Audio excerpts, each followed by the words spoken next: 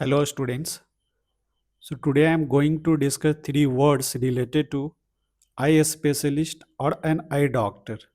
So let us see what are these three words. So the first word is ophthalmologist. So who is ophthalmologist?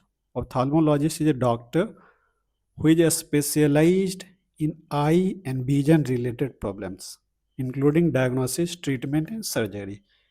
The word has been derived from the Greek word ophthalmos, which means eye, and logist, which means a specialist. So, ophthalmologist is actually an eye doctor. So, an eye doctor can be called ophthalmologist in medical term. But those who don't know, we call it eye doctor. Let us move to the next word.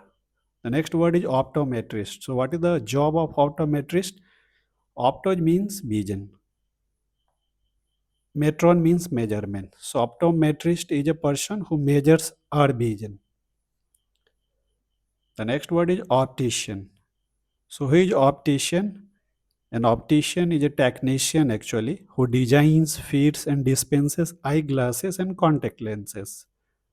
So ophthalmologist is an eye doctor, optometrist, a person who measures our vision, and optician who suggests eye lenses, who designs eye lenses or eyeglasses or contact lenses for the patients.